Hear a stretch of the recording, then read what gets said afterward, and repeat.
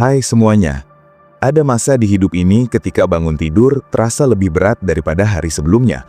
Bukan karena tubuh lelah, tapi karena hati sudah terlalu sering jatuh dan belum sempat pulih. Di titik itulah rasa putus asa biasanya datang. Pelan tapi pasti, lalu diam-diam mencoba mengambil alih cara kita melihat hidup. Melawan rasa putus asa bukan tentang menjadi kuat setiap waktu, tapi tentang berani tetap berdiri meski lutut gemetar dan dada terasa sesak. Banyak dari kita tumbuh dengan keyakinan bahwa hidup seharusnya berjalan lurus, rapi, dan masuk akal. Kita diajari bahwa jika sudah berusaha, hasil baik pasti datang. Bahwa jika niatnya benar, jalannya akan dimudahkan. Namun kenyataan seringkali tidak seindah itu. Ada hari-hari ketika kita sudah mencoba sebaik mungkin, tapi yang datang justru kegagalan. Ada masa ketika doa terasa menggantung di langit tanpa jawaban yang jelas. Di saat-saat seperti itulah, putus asa mulai menyelinap, bukan sebagai teriakan, tapi sebagai bisikan halus yang berkata bahwa semua ini mungkin sia-sia. Kita mulai mempertanyakan diri sendiri, mempertanyakan pilihan hidup, bahkan mempertanyakan apakah semua perjuangan ini layak dilanjutkan. Putus asa sering muncul bukan karena kita lemah, tapi karena kita terlalu lama menahan beban sendirian. Kita hidup di dunia yang suka memamerkan keberhasilan dan jarang jujur tentang kegagalan. Media sosial penuh dengan pencapaian orang lain, sementara luka kita sendiri harus disembunyikan agar tidak terlihat rapuh. Tanpa sadar, kita mulai membandingkan hidup kita dengan potongan hidup orang lain yang terlihat sempurna. Dari situlah muncul rasa tertinggal, rasa tidak cukup, dan rasa gagal yang menumpuk pelan-pelan. Padahal, setiap orang sedang bertarung dengan versinya masing-masing, hanya saja tidak semua pertarungan itu dipamerkan. Melawan rasa putus asa berarti berani mengakui bahwa kita sedang tidak baik-baik saja. Ini bukan tanda kelemahan, justru tanda kejujuran pada diri sendiri. Kita semua pernah sampai di titik di mana semangat menguap, harapan terasa tipis, dan masa depan tampak buram. Mengakui hal itu bukan berarti menyerah, tapi membuka pintu untuk memahami apa yang sebenarnya sedang kita rasakan. Banyak orang terjebak lebih lama dalam putus asa karena mereka memaksa diri untuk terlihat kuat, padahal di dalam hati sedang runtuh. Ketika kita berhenti pura-pura dan mulai jujur, ada ruang untuk bernapas, ada ruang untuk pelan-pelan bangkit. Seringkali kita mengira putus asa datang karena kegagalan besar, padahal lebih sering ia lahir dari akumulasi hal-hal kecil yang tidak terselesaikan. Kekecewaan yang dipendam, harapan yang tidak tercapai, rasa lelah yang tidak pernah diistirahatkan, dan emosi yang terus ditekan. Semua itu menumpuk seperti beban di punggung, sampai akhirnya kita merasa tidak sanggup melangkah lagi. Di titik ini, hidup terasa seperti kewajiban yang harus diselesaikan, bukan perjalanan yang ingin dijalani. Hari demi hari dilewati dengan mode bertahan hidup, bukan dengan rasa hidup yang sesungguhnya. Namun, penting untuk kita sadari bahwa putus asa bukan akhir cerita. Ia adalah sinyal. Sinyal bahwa ada sesuatu dalam hidup kita yang perlu diperhatikan, perlu dirawat, atau perlu diubah. Rasa ini muncul untuk memberitahu bahwa kita sudah terlalu jauh mengabaikan diri sendiri. Melawannya bukan dengan memusuhi perasaan itu, tapi dengan mendengarkannya. Bertanya pada diri sendiri apa yang sebenarnya kita butuhkan saat ini. Apakah istirahat? Apakah kejujuran? Apakah bantuan orang lain? Atau mungkin keberanian untuk melepaskan sesuatu yang selama ini kita pertahankan dengan paksa? Ketika rasa putus asa datang, pikiran kita seringkali dipenuhi oleh narasi yang kejam. Kita mulai percaya bahwa kita selalu gagal, bahwa masa depan tidak menjanjikan apapun, bahwa usaha kita tidak berarti. Pikiran-pikiran ini terasa sangat nyata, seolah-olah itu adalah fakta mutlak tentang hidup kita. Padahal sebagian besar dari pikiran itu hanyalah interpretasi yang lahir dari emosi yang sedang tidak stabil. Saat hati lelah, pikiran cenderung melihat segalanya dari sisi paling gelap. Kesalahan kecil terasa seperti bukti bahwa kita memang tidak mampu. Kegagalan sementara terasa seperti vonis seumur hidup. Melawan rasa putus asa berarti belajar untuk tidak selalu mempercayai semua isi pikiran kita. Tidak semua yang terlintas di kepala adalah kebenaran. Ada banyak pikiran yang muncul hanya karena kita capek, kecewa, atau terluka. Saat kita mulai menyadari hal ini, kita bisa memberi jarak antara diri kita dengan pikiran negatif tersebut. Kita bisa mengatakan dalam hati bahwa pikiran ini muncul karena kita sedang lelah, bukan karena hidup kita benar-benar berakhir. Memberi jarak ini penting agar kita tidak tenggelam terlalu dalam. Putus asa juga sering membuat kita kehilangan perspektif waktu. Kita merasa bahwa kondisi buruk ini akan berlangsung selamanya. Kita lupa bahwa hidup selalu bergerak, bahwa tidak ada keadaan yang benar-benar statis. Apa yang kita rasakan hari ini bukan jaminan bahwa kita akan merasakannya selamanya. Dulu kita pernah melewati masa sulit lain, dan entah bagaimana bisa bertahan sampai hari ini. Fakta bahwa kita masih ada di sini adalah bukti bahwa kita memiliki daya tahan, meski seringkali kita meremehkannya. Dalam melawan putus asa, langkah kecil jauh lebih berharga daripada niat besar yang tidak terwujud. Kita tidak perlu langsung menemukan makna hidup atau solusi perfect. Cukup fokus pada hal sederhana yang bisa kita lakukan hari ini. Bangun dari tempat tidur, mandi, makan, atau sekedar keluar sebentar untuk menghirup udara. Hal-hal kecil ini mungkin terlihat sepele, tapi di saat putus asa, justru itulah bentuk perlawanan yang nyata. Kita sedang mengatakan pada diri sendiri bahwa hidup ini masih layak dijalani, at least-nya untuk hari ini. Hubungan dengan orang lain juga memegang peran penting. Putus asa sering membuat kita menarik diri, merasa menjadi beban atau takut tidak dimengerti. Padahal berbagi cerita dengan orang yang tepat bisa meringankan beban yang selama ini kita pikul sendirian. Kita tidak harus mencari solusi dari mereka, cukup didengar saja sudah sangat membantu. Manusia pada dasarnya makhluk yang saling terhubung. Kita tidak diciptakan untuk menghadapi semua hal sendirian. Ada kalanya kita merasa malu dengan kondisi kita sekarang. Kita membandingkan diri kita dengan versi ideal yang seharusnya sudah lebih sukses, lebih mapan, atau lebih bahagia. Rasa malu ini sering memperparah putus asa, padahal setiap orang punya ritme hidup yang berbeda. Tidak ada garis waktu yang sama untuk semua orang. Apa yang terlambat menurut standar sosial belum tentu terlambat untuk hidup kita. Kita berhak tumbuh sesuai dengan waktu dan proses masing-masing.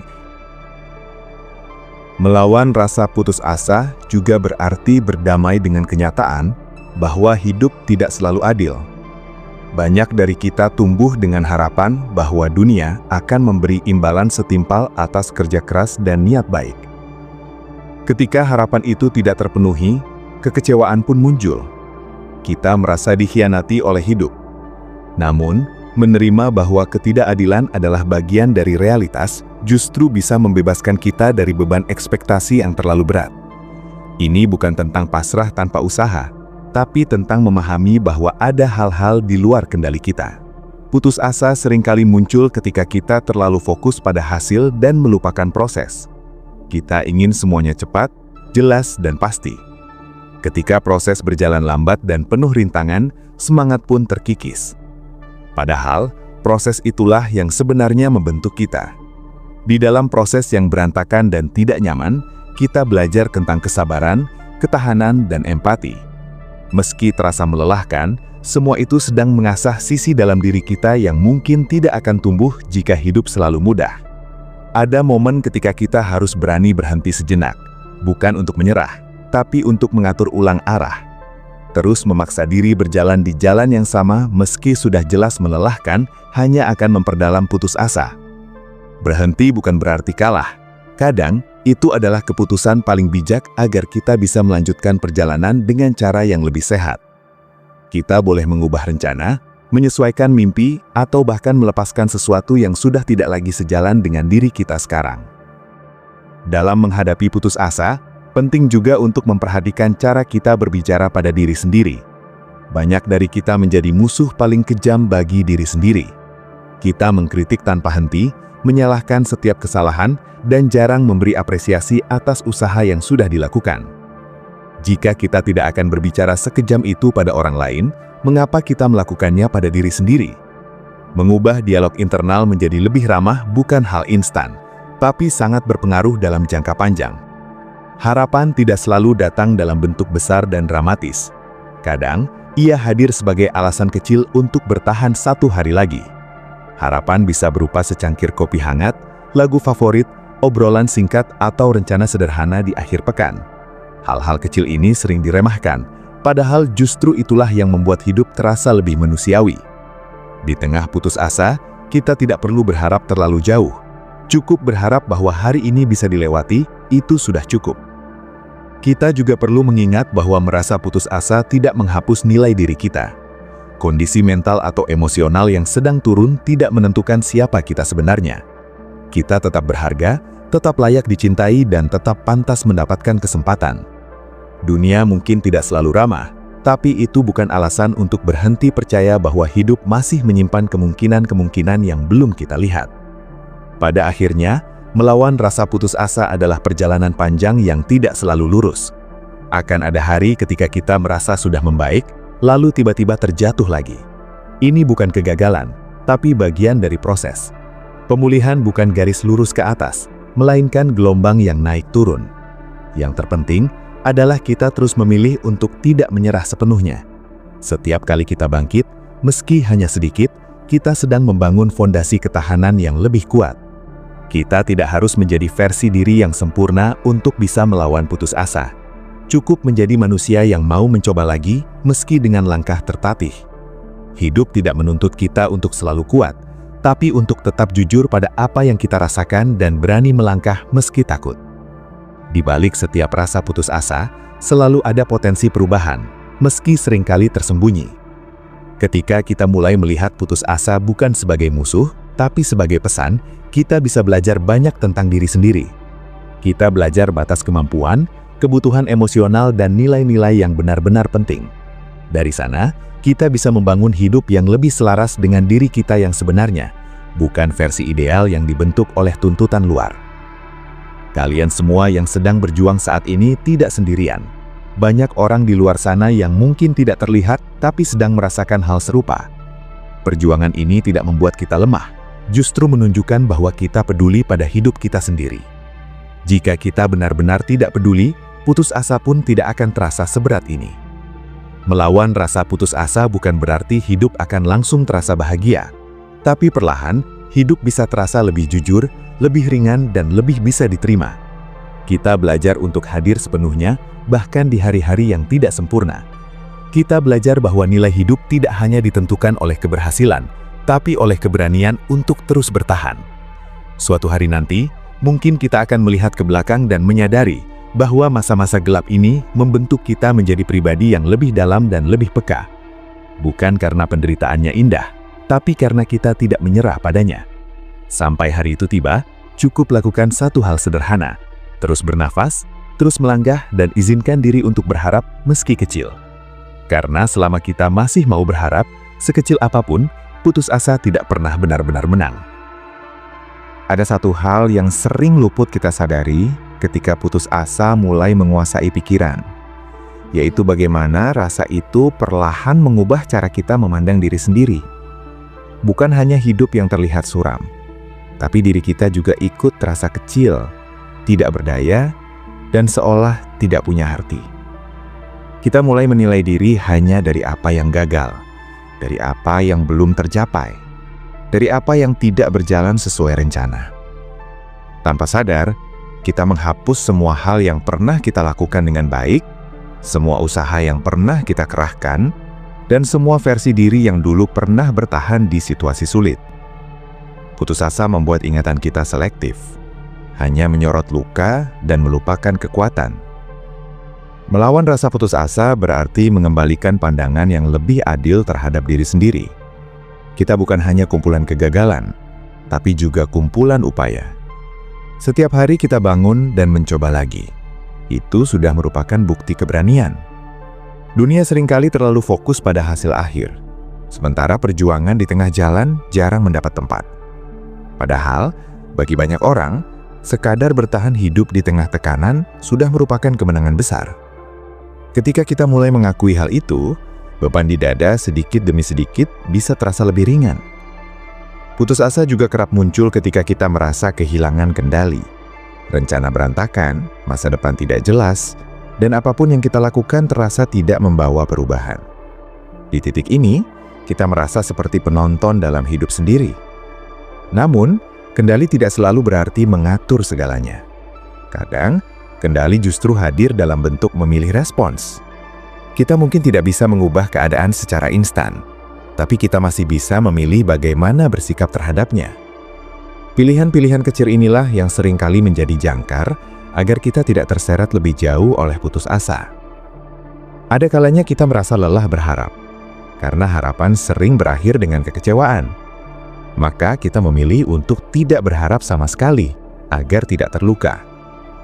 Namun, hidup tanpa harapan perlahan mengeringkan jiwa. Harapan tidak selalu berarti ekspektasi tinggi, tapi keyakinan bahwa hidup masih memiliki kemungkinan. Bahkan kemungkinan kecil pun sudah cukup untuk membuat kita terus bergerak. Melawan putus asa berarti berani membuka kembali ruang kecil itu, meski dengan hati-hati. Kita juga perlu jujur bahwa tidak semua orang di sekitar kita mampu memahami perjuangan yang sedang kita jalani.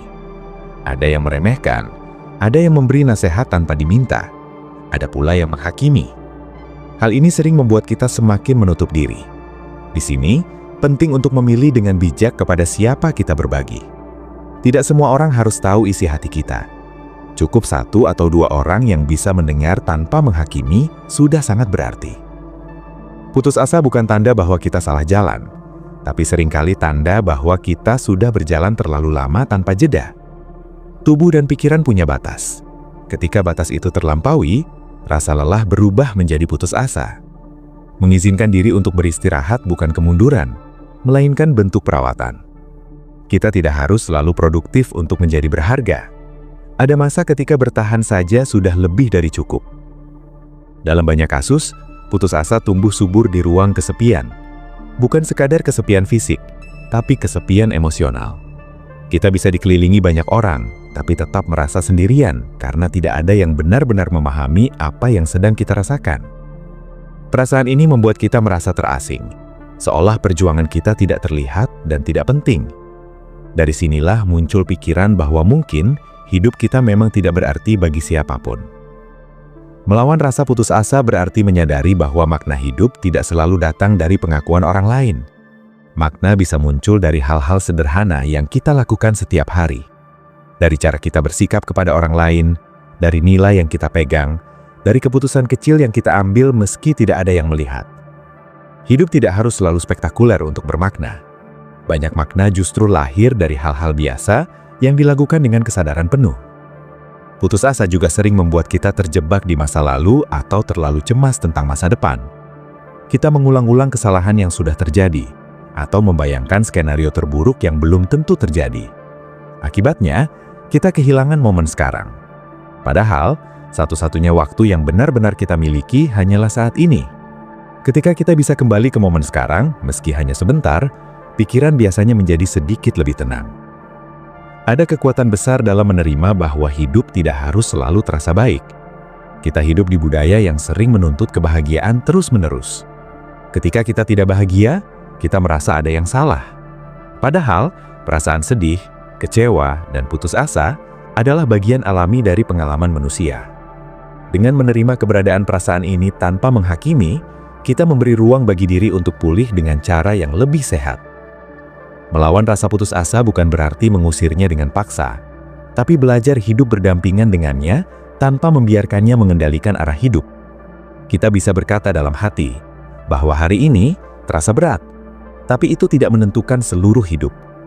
Kita bisa mengatui rasa sakit tanpa harus menyerah pada narasi bahwa semua ini tidak ada gunanya. Kadang, yang membuat putus asa semakin kuat adalah tekanan untuk segera baik. Kita dipaksa untuk cepat bangkit, cepat move on, cepat kuat. Padahal, setiap orang punya waktu pulih yang berbeda. Tidak ada garis waktu yang benar atau salah. Proses yang lambat bukan berarti gagal. Justru seringkali proses yang lambat memberi fondasi yang lebih kokoh. Kita boleh merasa lelah, boleh menangis, dan boleh mengeluh. Semua itu tidak membuat kita lemah.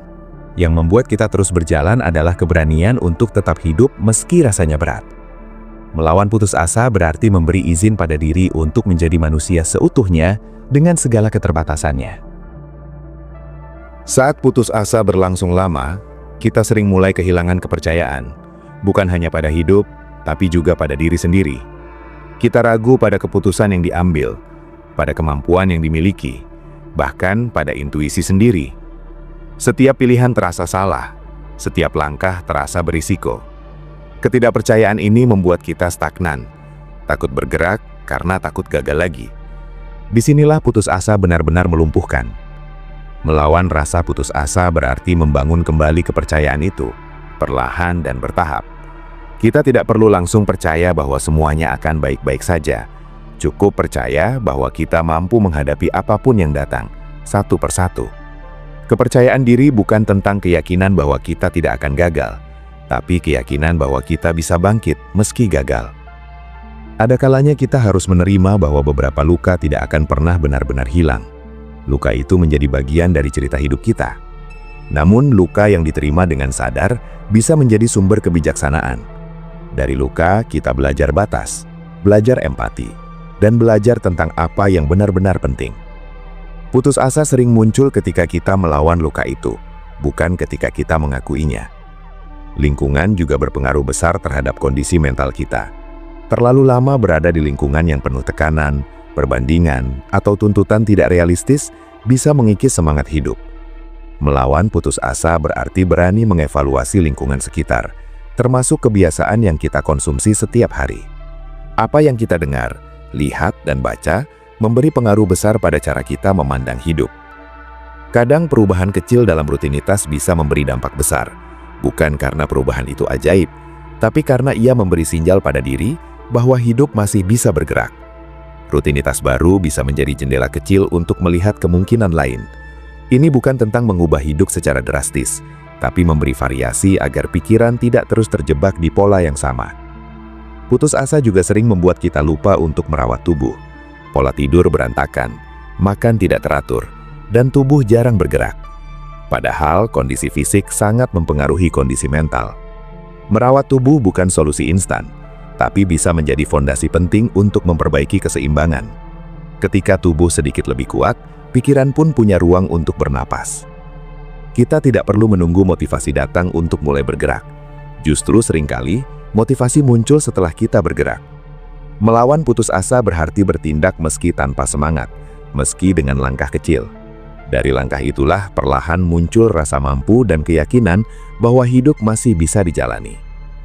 Pada titik tertentu, melawan rasa putus asa mengajarkan kita tentang kerendahan hati.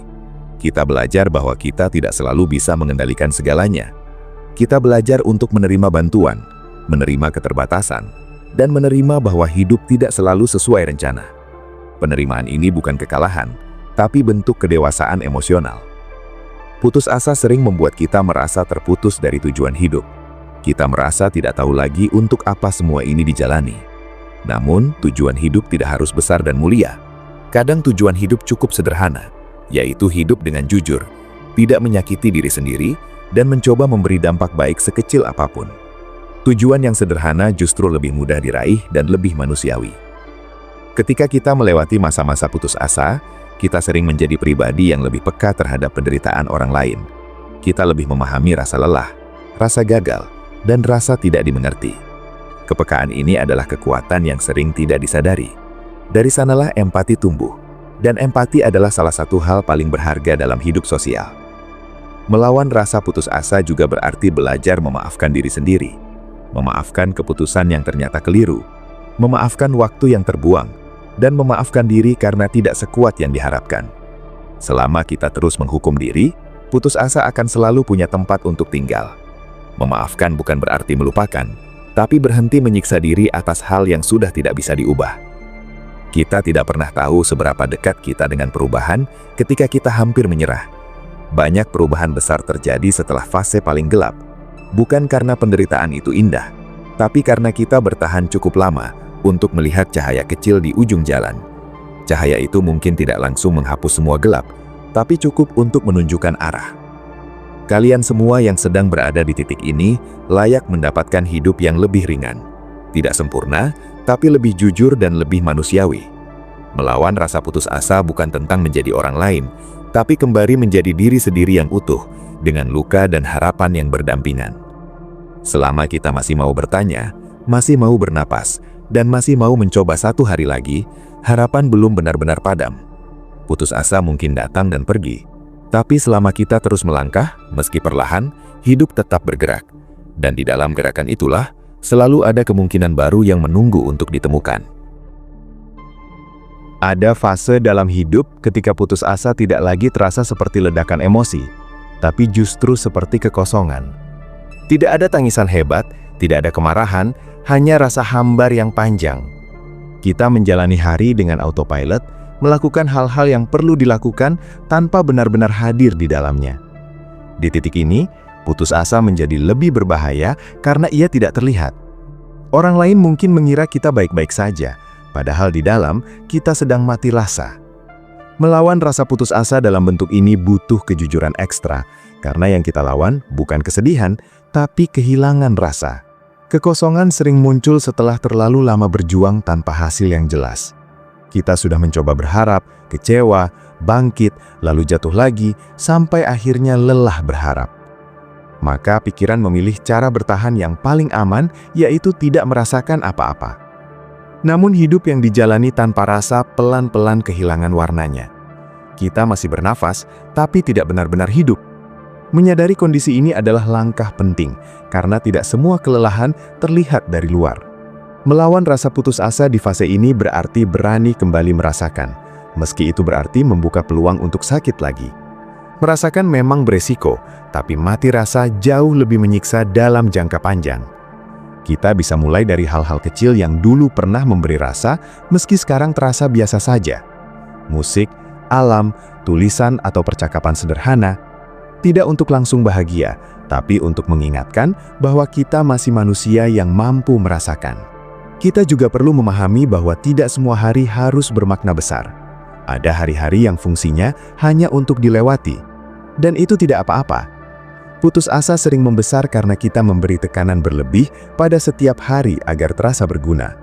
Padahal, hidup tidak selalu produktif, dan nilai diri kita tidak diukur dari seberapa banyak yang kita hasilkan. Ada masa ketika bertahan adalah satu-satunya pencapaian, dan itu sudah cukup. Lingkaran putus asa sering diperkuat oleh kebiasaan menyalahkan diri atas hal-hal yang sebenarnya berada di luar kendali. Kita merasa seharusnya bisa lebih kuat, lebih cepat pulih, atau lebih bijak. Padahal, tidak ada manusia yang kebal terhadap luka. Mengurangi beban menyalahkan diri sendiri adalah bentuk perlawanan yang penting. Kita tidak harus keras pada diri untuk menjadi bertanggung jawab. Ketika hidup terasa kosong, tujuan besar sering terasa jauh dan tidak relevan. Maka mengecilkan fokus bisa sangat membantu. Fokus pada satu hari, 1 jam, bahkan 1 nafas. Kehidupan tidak harus selalu dipahami secara utuh. Kadang cukup dijalani sedikit demi sedikit. Dengan cara ini, kita memberi kesempatan pada diri untuk tetap bergerak tanpa harus memikul seluruh beban hidup sekaligus. Putus asa juga sering muncul ketika identitas diri kita runtuh. Ketika hal-hal yang dulu menjadi pegangan tidak lagi relevan. Pekerjaan yang dulu dibanggakan, hubungan yang dulu memberi makna, atau peran yang dulu membuat kita merasa berguna, tiba-tiba hilang atau berubah. Saat itu, kita bukan hanya kehilangan sesuatu, tapi juga kehilangan siapa diri kita.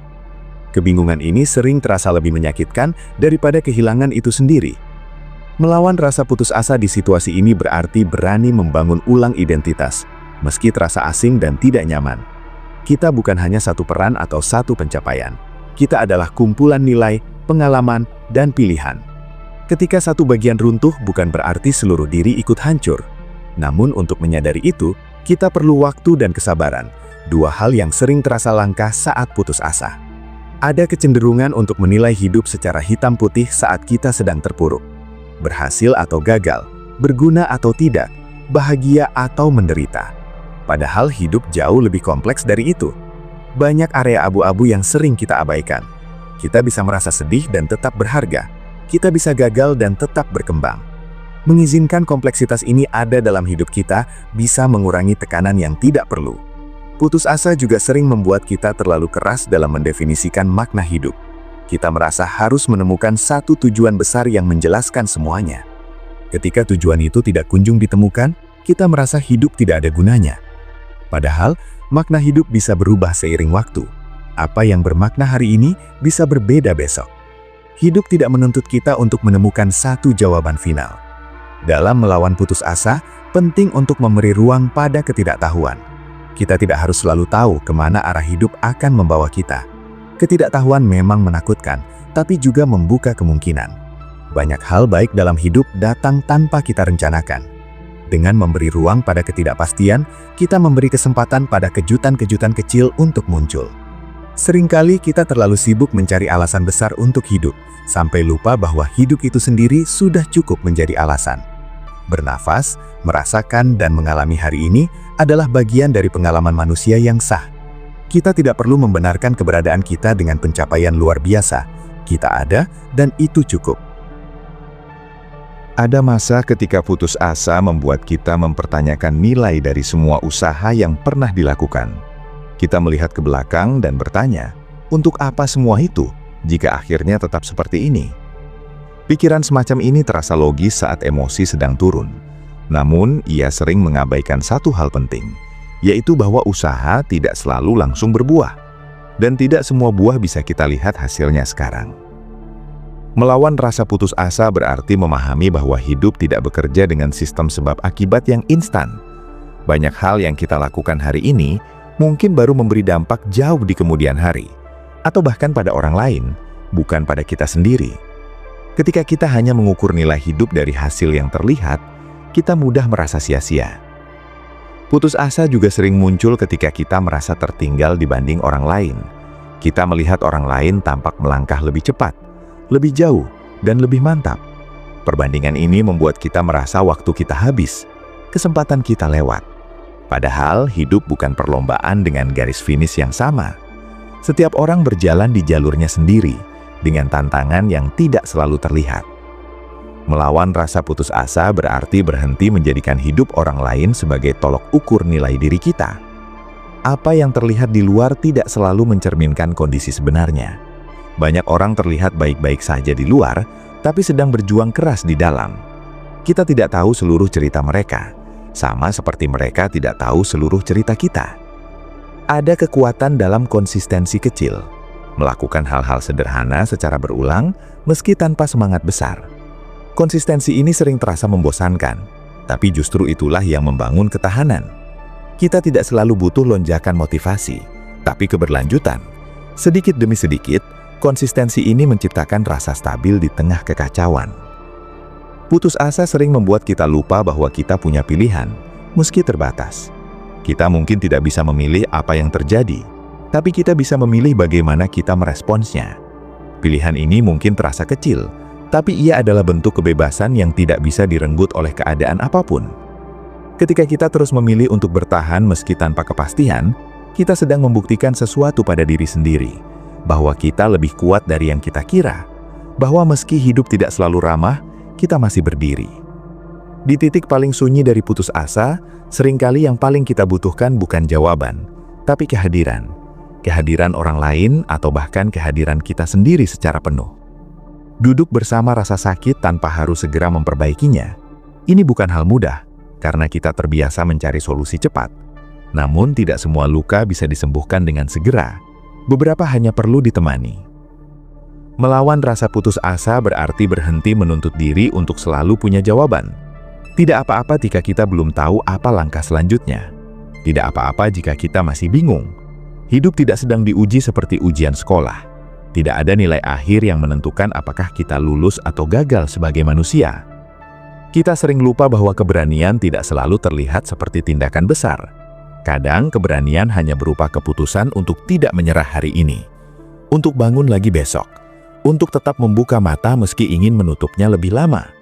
Keberanian-keberanian kecil inilah yang sering luput dari perhatian, padahal justru menopang hidup kita. Putus asa mungkin akan datang lagi di masa depan, dalam bentuk yang berbeda. Namun setiap kali kita menghadapinya, kita membawa pengalaman dan pemahaman baru. Kita mungkin tidak kebal, tapi kita menjadi lebih sadar. Kesadaran ini membuat kita tidak lagi sepenuhnya tenggelam ketika gelombang datang. Melawan rasa putus asa bukan tentang mengalahkannya sekali lalu selesai. Ini tentang membangun hubungan baru dengan diri sendiri dan hidup. Hubungan yang lebih jujur, lebih lembut, dan lebih realistis. Kita belajar menerima bahwa hidup memang berat, tapi tidak sepenuhnya tanpa harapan. Kalian semua yang masih membaca sampai titik ini sedang melakukan sesuatu yang penting. Kalian sedang mencari makna, mencari pegangan, dan itu sendiri adalah tanda bahwa hidup di dalam diri kalian masih bergerak. Selama gerak itu masih ada, sekecil apapun, putus asa belum pernah benar-benar menang. Dan jika suatu hari rasa itu datang lagi, ingatlah bahwa kita pernah bertahan sebelumnya. Kita pernah berada di titik gelap dan tetap melangkah. Mungkin tertatih, mungkin pelan, tapi tetap hidup. Disitulah letak perlawanan paling sunyi dan paling kuat terhadap rasa putus asa.